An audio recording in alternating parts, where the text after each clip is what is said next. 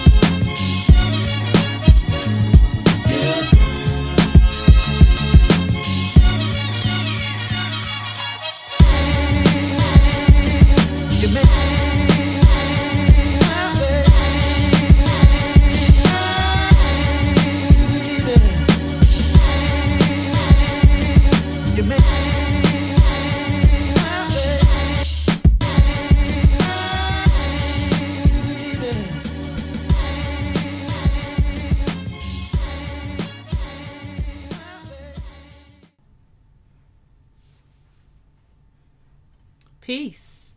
Thank you for joining me again today here at the Reimagined Schools, where we are redefining and redesigning urban education. Now, many of you who've been following me, you have some sense about the topics and the areas that I'm most passionate about. You know that I am passionate about eradicating the so-called achievement gap that has disproportionately affected African American students. You know that I'm passionate about parents assuming their roles as strong community and student advocates by becoming knowledgeable about all things school. And some of you may know that I have a very strong feeling and appreciation for African American Vernacular English. Now, African American Vernacular English, or AAVE, which is the synonym, is something that you may be saying, well, what is that? I've never heard of that. And certainly you have. It's been called many names over the years. You may have heard of Ebonics. This is the same concept.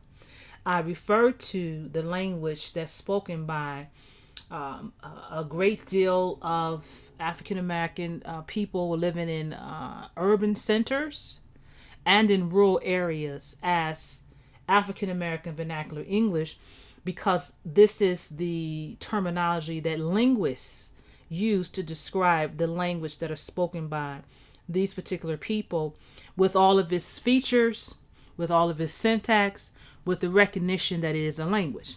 Now, there's some of you who are listening who will say that ain't no language. You'll say that's just a dialect or that's just slang.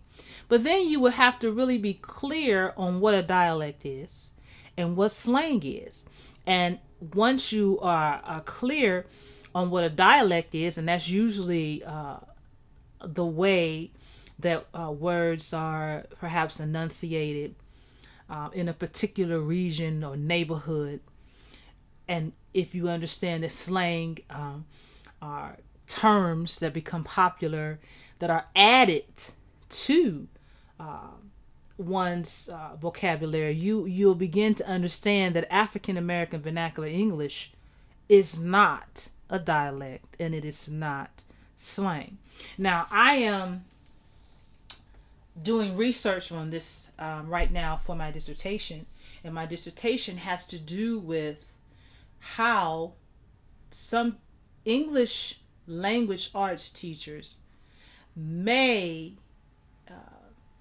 how their perception of students who speak African American Vernacular English can be influenced by their perception of those students who speak African American Vernacular English as having some cognitive deficiency, which is a very popular stereotype about people who speak AAVE.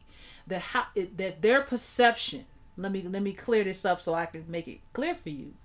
I'm studying how teachers' perception of students who speak African American Vernacular English may be influencing how they instruct these students, which may lead to a cause for the achievement gap, or the so-called achievement gap. And that is to say, if we look at all of the stereotypes and the myths that have been presented about people who speak African American Vernacular English, and what are those myths? And that is that if you speak African American Vernacular English, that somehow you are cognitively deficient, that you're slower, you're less intelligent. Some people would say you sound ghetto, whatever that means. You sound uneducated. These are all myths and stereotypes that are associated with people who speak African American Vernacular English. And what happens is people transfer their feelings about this language onto the individuals who speak it. We've all seen or experienced, even if we speak African American Vernacular English, the way that people treat us when we use our language that is, something that we speak in our own family homes, in our communities. It is a way that we've been communicating for a very long time. There's an entire history as to how we came to even have this language that we now call African American Vernacular English, or Ebonics, that you may be familiar with. There's a history as to why and how this language even evolved into what it is now. And of course, you know that it goes back to what? It goes back to enslavement. When the enslaved Africans were not allowed to speak their native languages, and they were not allowed to be in the community with those others who spoke their language for fear of revolt. And so, being forced to be around people that didn't speak the same language, they had to learn how to speak the language or face the consequences that were often brutal for not being able to do what they were being told to do. So there had to become what some would call a pidgin English that eventually evolved into what we speak as African American Vernacular English today. And those of you who are really, really deeply into the study of language, you can go on and do even more research in terms of the influences, the African language influences that are found in African American Vernacular English, and that are found in those vocabulary terms that have become a part of the American vernacular that actually have roots in Africa. So it gets deep. It's very deep, it's very intriguing, and it's something that I'm very passionate about. Here recently, I saw online that there was a Fox News anchor who was very critical of LeBron James and Kevin Durant And one of the things that she said to insult them was to talk about their ungrammatical language. Well, now the question becomes, ungrammatical to who? To who? To whom? To you? Well, if you knew anything about African American Vernacular English, then you wouldn't be saying that they were using ungrammatical language, because they were following the rules of African American Vernacular English. And see, if you don't know what the rules of African American Vernacular English are, then you really shouldn't be out here talking about somebody wasn't speaking proper. Proper to you? You should learn that other people have their own language, which, by the way, African American Vernacular English has been recognized as its own language for some years now. It's been years that has been the case, from the American Society of, I think, Linguists. Maybe, I hope I'm saying that right. The organization, that is. I think it's the American Society of Linguists.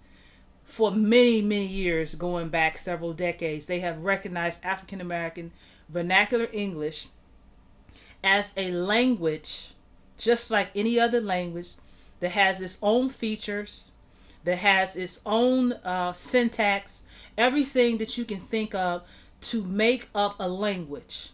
African American Vernacular English has that because it is a language. And now, I'm not here to convince you that it's a language. You know, though I may have, you certainly can agree to disagree.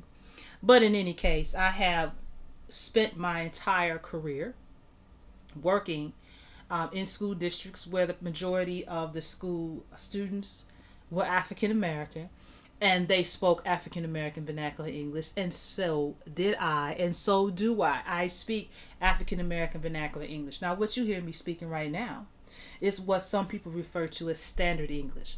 Though there is, something to be said, I'm putting that in quotation marks, standard English, because standard it may not be so standard, but this is the terminology that we use. Standard English being that English that you see in your textbooks, that which you hear on your news programming, and that which you should read in your newspaper is what is considered standard English. And I certainly am able to speak both.